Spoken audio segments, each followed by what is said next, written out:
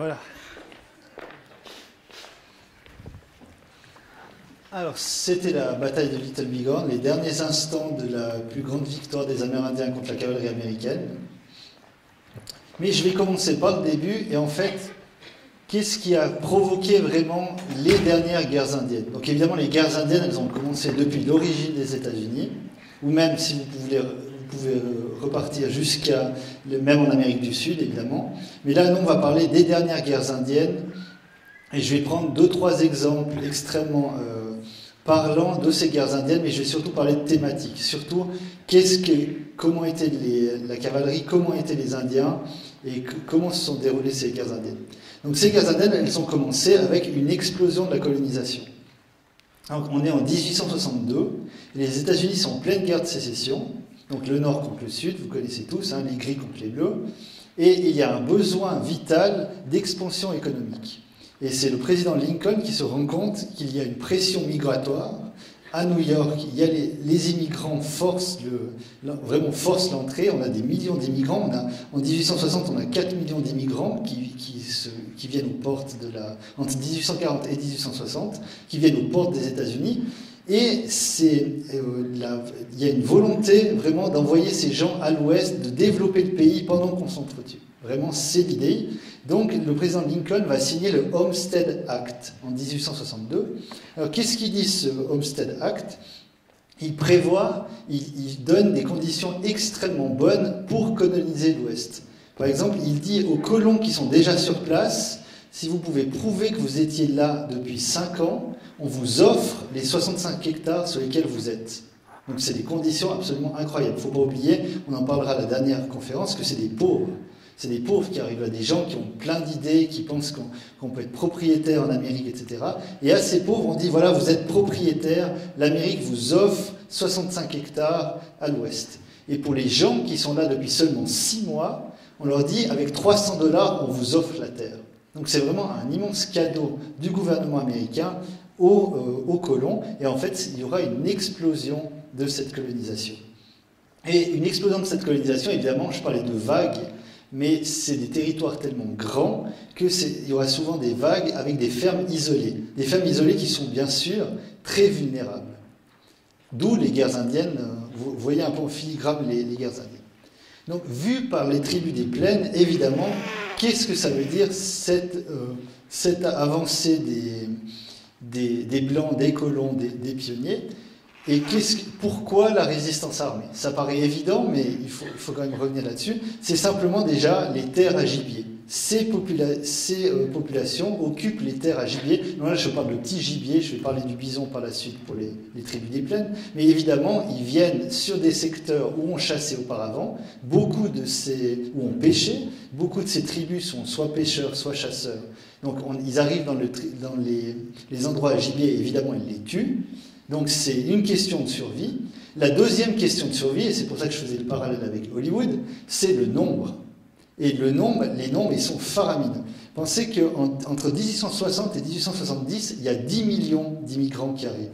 Entre 1880 et 1890, il y en a 12 millions. Et comme ça, graduellement, on va passer d'une population de 31 millions d'habitants aux États-Unis à une population de 105 millions en 1920. Donc c'est dire à quel point il y a une immense vague d'immigrants qui arrivent aux États-Unis, et ces immigrants, beaucoup, vont aller vers l'ouest. Et qu'est-ce que ça représente pour ces tribus? Donc souvent on ne se rend pas compte, mais les tribus étaient d'un nombre extrêmement faible. J'ai déjà parlé des épidémies qui touchaient jusqu'à 90-95% des populations indiennes. Et ces populations indiennes, elles ne peuvent pas faire le poids. Vraiment, par exemple, vous comptez les Sioux, les célèbres Sioux, ils n'étaient que 50 000 en 1840. Les Cheyennes, aussi très célèbres, ils n'étaient que 3 500. Les Arapaho étaient que 3 000. Les Comanches étaient que 8 000. Donc vous voyez la différence de poids entre ces millions d'immigrants, dont une grande partie part vers l'ouest, et les tribus indiennes, qui sont faites des nombres qui ne peuvent pas tenir le choc. Mais l'avantage militaire pour ces tribus amérindiennes, c'est que ces millions d'immigrants s'étendent dans des territoires immenses, et ils sont très peu protégés, ils sont très très vulnérables. Et il y a une possibilité de les attaquer et de les repousser le plus qu'on peut vu qu'il y a le territoire joue en faveur des Indiens. Mais ça va changer évidemment avec le temps, mais au début, il y a une possibilité de gagner, en tout cas de marquer des points, entre guillemets, dans une guerre de guérilla. Le troisième facteur, c'est simplement les tribus.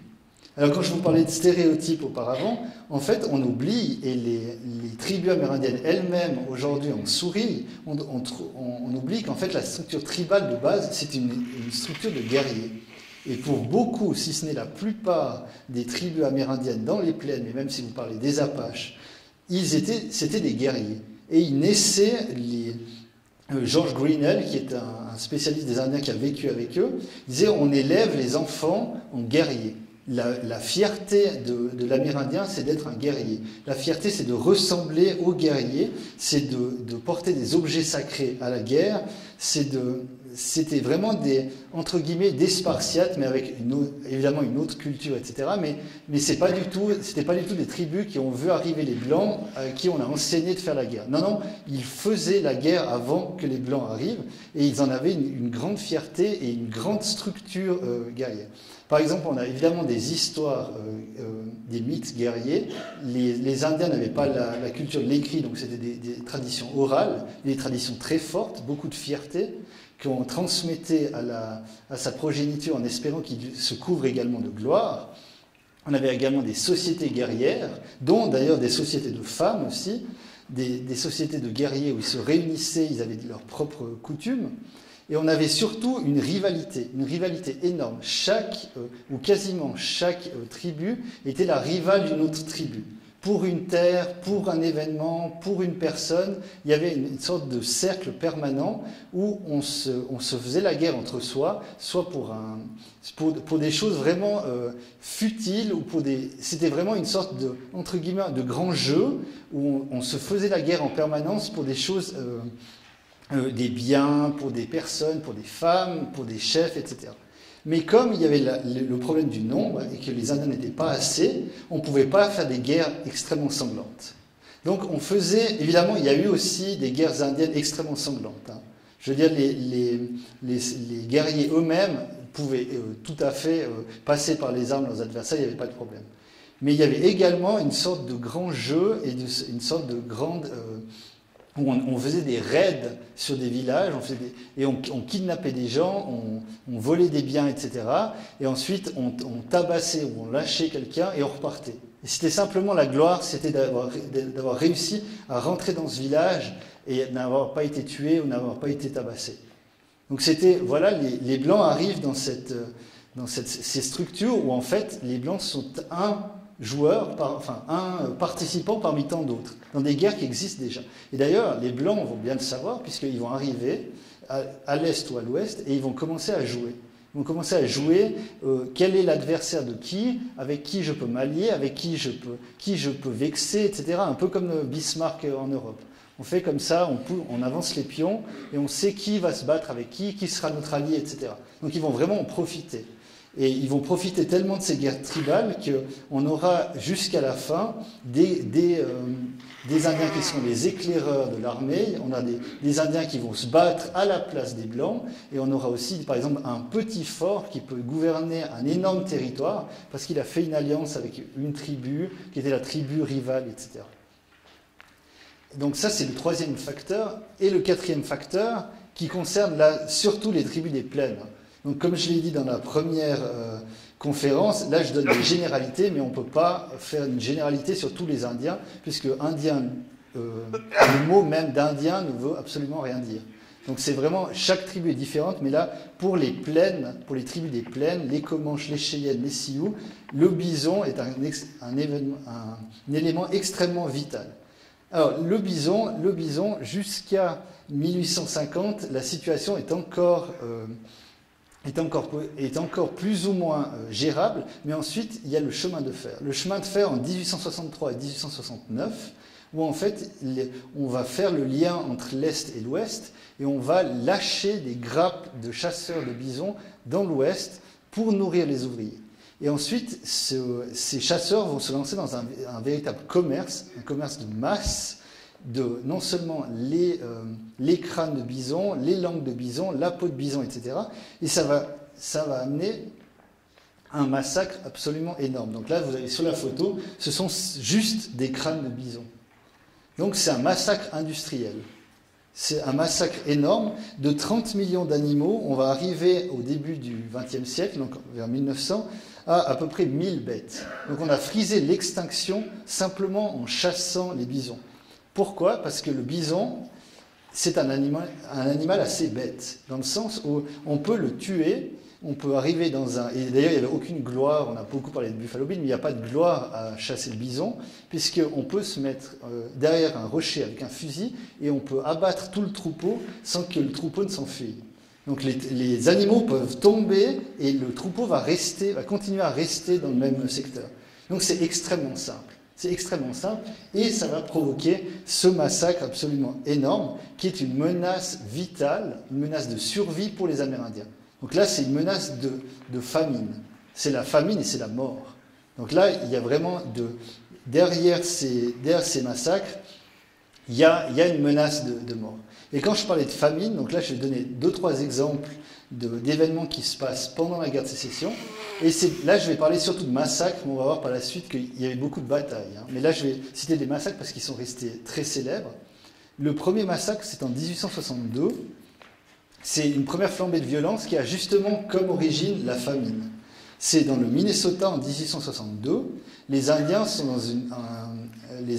sont dans une situation de famine absolument extrême. Et quand ils vont au bureau des affaires indiennes demander des rations pour survivre, juste pour passer l'hiver, on leur dit, écoutez, mangez de l'herbe ou votre propre merde. Donc voilà l'ambiance des guerres indiennes. Et donc la réponse des Amérindiens, en fait, ils vont raser des villages dans le Minnesota. Ça va être un immense massacre, près de 1500 morts. Et ce qu'on va appeler par la suite la révolution des Dakota du Minnesota. Et en fait, le chef Lilton Crow va dire scalpez-les tous. Et en fait, ils vont mener comme ça une guerre contre tout le monde, les civils, les guerriers. Les deuxièmes massacres, là, on passe du côté de l'armée fédérale.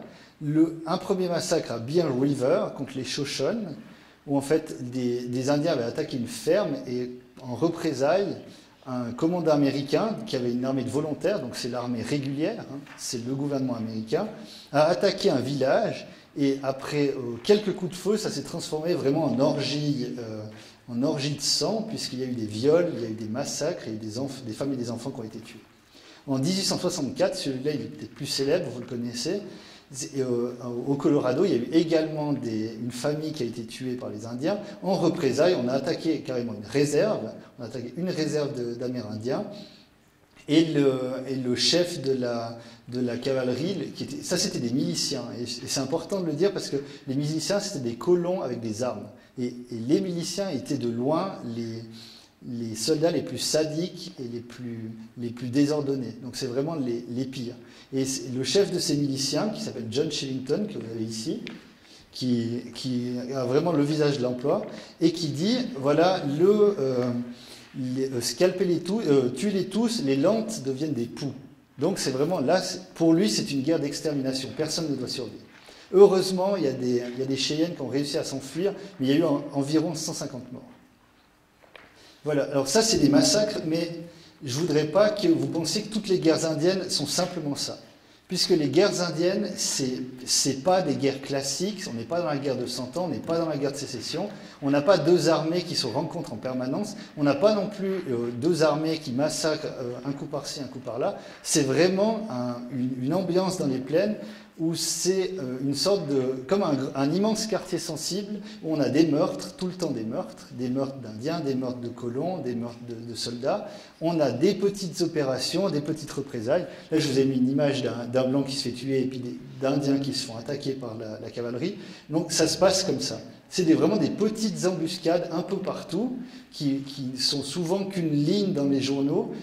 La réalité de l'Ouest, c'est ça. La réalité de l'Ouest, c'est si tu es dans l'Ouest et que tu rencontres un Indien à la cavalerie ou la cavalerie un Indien, c'est garde la dernière balle pour soi. Parce que personne ne fera de quartier. Évidemment, les lois de la guerre, vous pouvez oublier. Dans les plaines, par exemple, on disait les Amérindiens, c'est des terroristes, donc on les pend, et les Amérindiens disaient les Blancs, c'est les Blancs, on les tue. Voilà. Donc voilà, l'ambiance, c'est extrêmement violent. Et il y a de nouveau ce poids migratoire. Et à la fin de la guerre civile, donc la victoire du Nord contre le Sud, il y a une nouvelle politique qui sera lancée par Abraham Lincoln juste avant son assassinat et qui va être mise en pratique après, en 1866, où on va ouvrir en Europe des bureaux pour faire de la publicité pour les États-Unis. Quand je dis la publicité, on va vraiment donner des fausses photos ou des immenses iconographies, comme quoi la vie aux États-Unis est beaucoup mieux, tout le monde est riche, etc.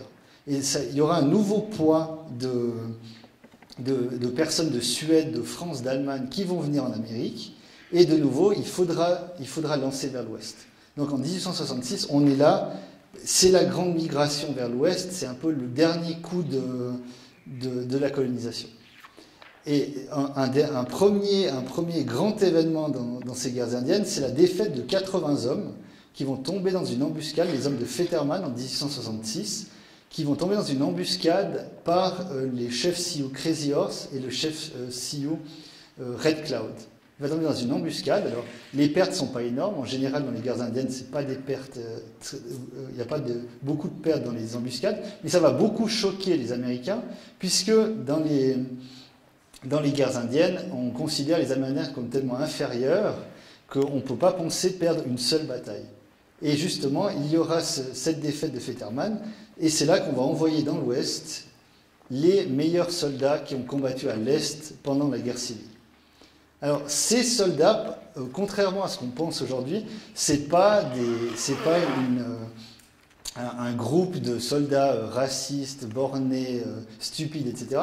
C'est plutôt des gens qui vont assez vite se comporter en indien. C'est plutôt des gens qui vont assez vite faire des cérémonies. Là, vous avez Custer, Miles, Crook, Gibbon ou Mackenzie.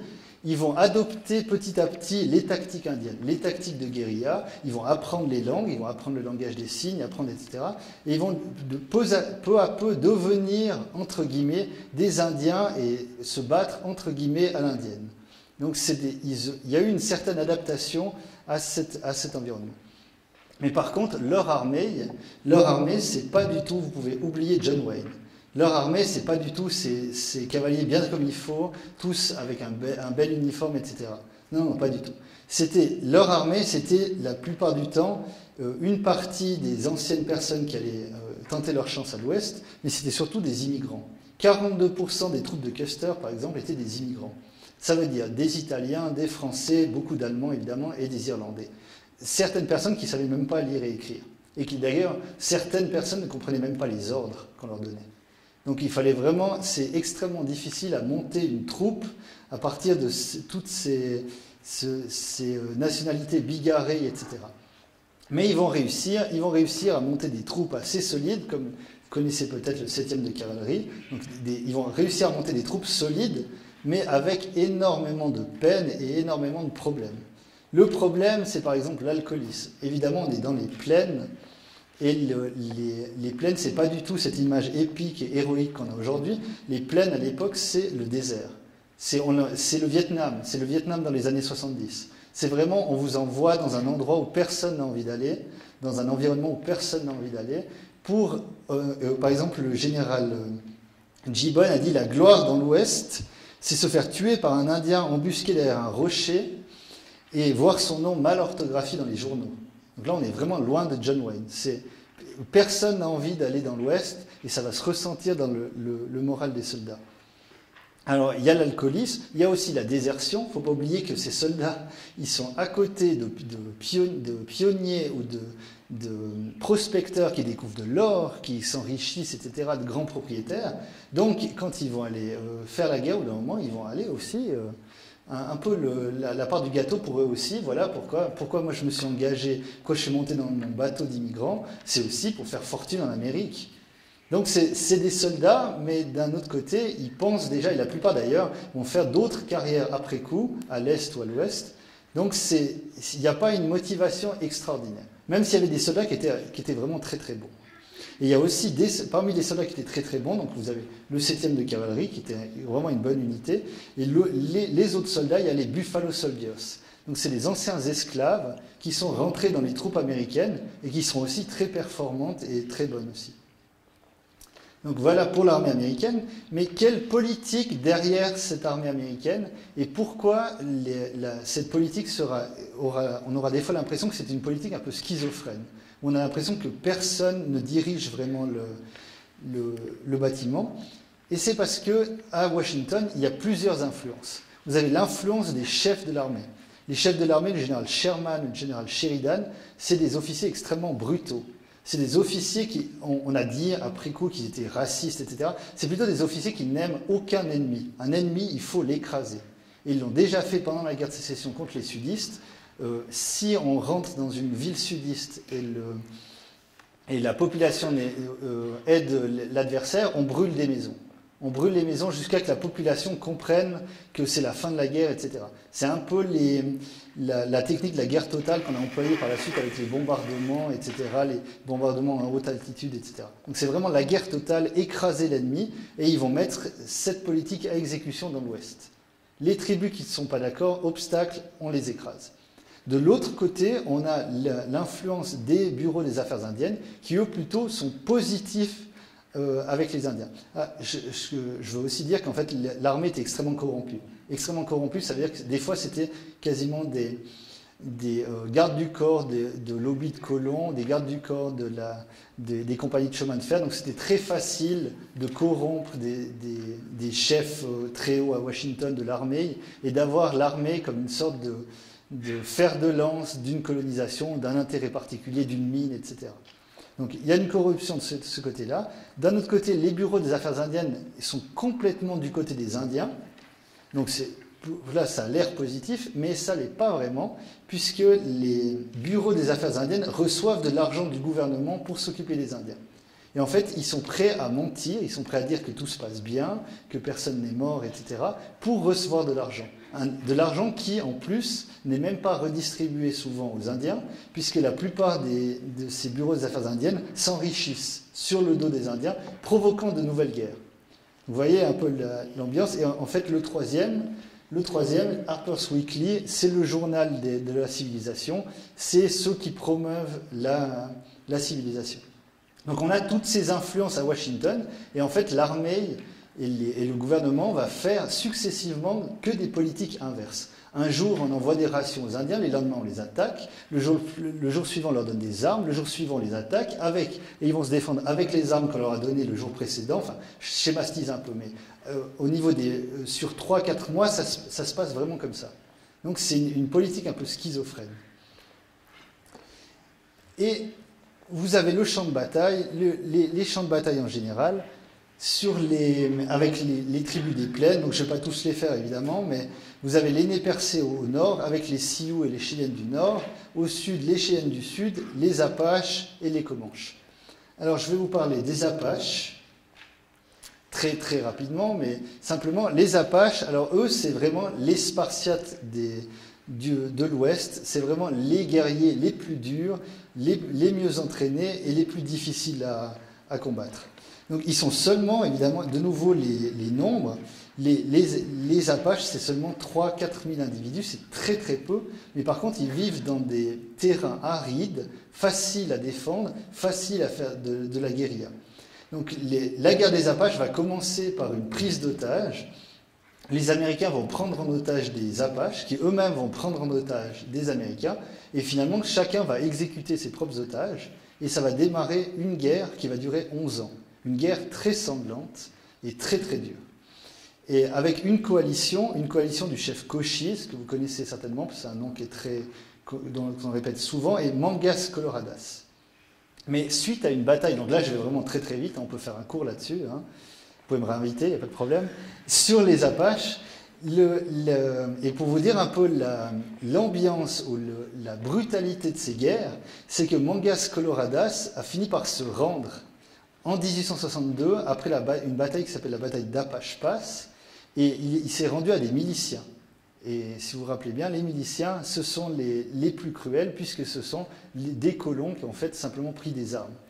Et les miliciens vont lui trancher la tête, ils vont lui bouillir la tête et lui envoyer sa tête à Washington dans un musée. Voilà l'ambiance des guerres indiennes. Donc, vous voyez un peu l'image. Et quand je vous dis, de l'autre côté, les Apaches faisaient exactement la même chose avec la cavalerie. Donc, c'est vraiment une guerre très très dure. Donc, très très rapidement, simplement, Cochise a fini par se rendre en 1871. Et il y a eu par la suite beaucoup d'incidents entre les Américains et les Apaches, qui évidemment, on repousse les Apaches dans les réserves et il y a de la résistance. Il y aura aussi la résistance de Victorio en 1878 et enfin les guerres de Geronimo. Enfin, guerre, c'est un mot très grand parce qu'en fait, Geronimo va simplement échapper à l'armée américaine plusieurs fois avec très très peu de monde, à peine une trentaine de personnes. Il était tellement doué, et il connaissait tellement bien le terrain qu'en fait, ils ont dû mobiliser à peu près 7000 soldats juste pour le trouver. Voilà. Et c'est ainsi qu'ont terminé les guerres Apaches, qui étaient les guerres les plus sanglantes et les plus dures. Ensuite, il y a la guerre dans l'ouest, dans l'ouest, le sud-ouest, un peu plus à l'est des territoires Apaches, avec les Cheyennes du sud. Alors là, évidemment, je vais aussi aller très très vite. Simplement, il y a eu une signature de traité avec les Cheyennes du sud. Là, cette fois, et ça c'est pas toujours comme ça, mais là c'était le cas, que les Cheyennes ont violé eux-mêmes le traité, puisque des sociétés guerrières voulaient aller en guerre et voulaient absolument découdre avec les colons. Ils l'ont fait, et en représailles, il y a eu plusieurs batailles dans le sud-ouest, la bataille de la Washita, la bataille de Summit Spring, et en fait, les Cheyennes du Sud sont rentrés dans les réserves par ça. Il y a eu aussi des négociations, parce qu'il y avait aussi un phénomène très, très dur dans les plaines, qui était le kidnapping de femmes blanches, souvent. Et en fait, là, on a négocié la libération de femmes blanches dans le sud-ouest. Et enfin, je vais parler de ce que certainement, vous connaissez le plus, ou en tout cas, certainement, qui est le plus célébré dans les médias et dans le cinéma américain, c'est les Sioux et la dernière guerre des Sioux. Avec un traité de paix en 1868 entre le gouvernement américain et les Sioux du chef Red Cloud. Et à ces Sioux, on a promis une grande réserve dans leurs terres sacrées. Les terres sacrées, c'est les terres des Black Hills. Mais en 1873, donc 5 ans plus tard, une crise économique, et là, la donne change. Là, il faut au gouvernement américain un Eldorado, il faut trouver un endroit où on puisse envoyer les gens pour essayer de s'enrichir, puisque l'économie est absolument catastrophique, on a touché le fond. Et c'est là qu'on va envoyer le général Custer dans les Black Hills en 1874, et évidemment, il va trouver de l'or, et évidemment, il y aura une ruée vers l'or. Et cette ruée vers l'or va provoquer une violation patente par le gouvernement américain de son propre traité, où en fait, après des courtes négociations, il va décider que les Amérindiens, soit ils se déplacent, soit on les combat. C'est aussi simple que ça. Quand je disais politique schizophrène, les mêmes personnes qui étaient là au traité de 1868 vont planifier la campagne de 1876 contre les Sioux. Les mêmes personnes, exactement les mêmes. Donc le gouvernement américain va rentrer en guerre contre les Sioux qui vont se réunir en secret, plus ou moins en secret, et conduits par ce chef amérindien que vous connaissez certainement de nom, sans doute pas d'histoire, parce qu'il y a justement ce problème qu'on parle très très peu de l'histoire des Amérindiens, mais en tout cas vous connaissez le nom, très médiatique, qui s'appelle le chef Sitting Bull, qui n'était d'ailleurs pas du tout un moine, etc. C'était quelqu'un d'extrêmement intéressant. Si vous voulez lire sur lui, c'est absolument passionnant. C'est pas du tout cette image impersonnelle ou fade. Et c'est ainsi que va se passer la bataille de Little Bighorn, la plus grande victoire des Indiens, qui est évidemment un sujet passionnant. Je ne vais pas vous résumer mon livre, mais c'est absolument passionnant. Il y a eu énormément d'événements politiques et d'événements... en fait, on a caché des preuves. Enfin, c'est un gros dossier, mais voilà, les Amérindiens ont gagné la bataille de Little Bighorn. Et quelles conséquences pour les Américains? C'est le choc immense. Et là, c'est vraiment beaucoup, beaucoup plus important que les batailles intérieures ou les défaites antérieures. Là, il y aura vraiment un cri de guerre. On va vouloir vraiment écraser les Sioux et les Cheyennes qui avaient participé à cette bataille. Et en l'espace d'une année, on va vraiment écraser, on va mobiliser, renforcer les crédits pour l'armée, on va écraser ces tribus indiennes. D'abord en 1877, avec le chef Sioux Crazy Horse, qui a aujourd'hui il a un immense monument au Dakota du Sud, si vous voulez aller le voir, c'est très très beau. Il y a aussi le chef Sitting Bull qui va s'enfuir au Canada et ensuite qui devra se rendre. Et tous les deux seront assassinés. En l'espace de 5 ans, on a vraiment fermé brutalement, très très brutalement, ce chapitre de la conquête de l'Ouest. Et c'est en fait comme ça qu'il va arriver vraiment le couperet de fin, puisqu'il y aura quasiment une seule grande révolte, une seule vraie révolte en 1890, avec un mouvement messianique. Là aussi, on pourrait en parler très longtemps. Simplement, il y a des prophètes dans les réserves qui ont dit aux Indiens, qui ont fait une sorte de mélange entre les traditions chrétiennes d'Apocalypse, les traditions de renouveau, avec les traditions indiennes. Ils ont dit, vous savez, bientôt on va retrouver nos terres, bientôt on va revenir à la période initiale où il n'y avait pas de blanc. Et en fait, ça a provoqué un immense élan, et les Américains qui craignaient que cet élan devienne une nouvelle force d'identité, ils les ont matés. Ils les ont matés avec un coup de canon, et c'était le massacre de Wounded Knee en 1890.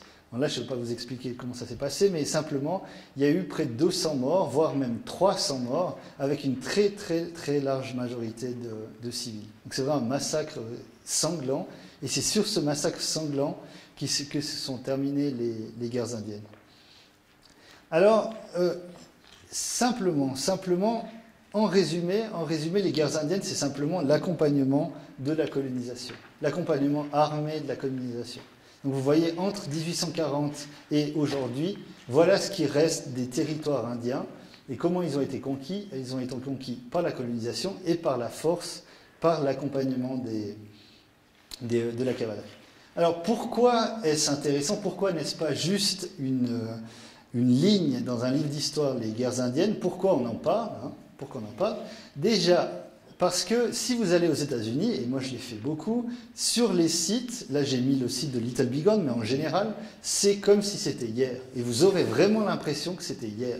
Les gens en parlent, tous les conflits, etc., même les Amérindiens eux-mêmes, tout le monde en parle comme si c'était hier. Il y a énormément de sujets qui n'ont pas été réglés. J'ai parlé avant de Wounded Knee et de la révolte identitaire.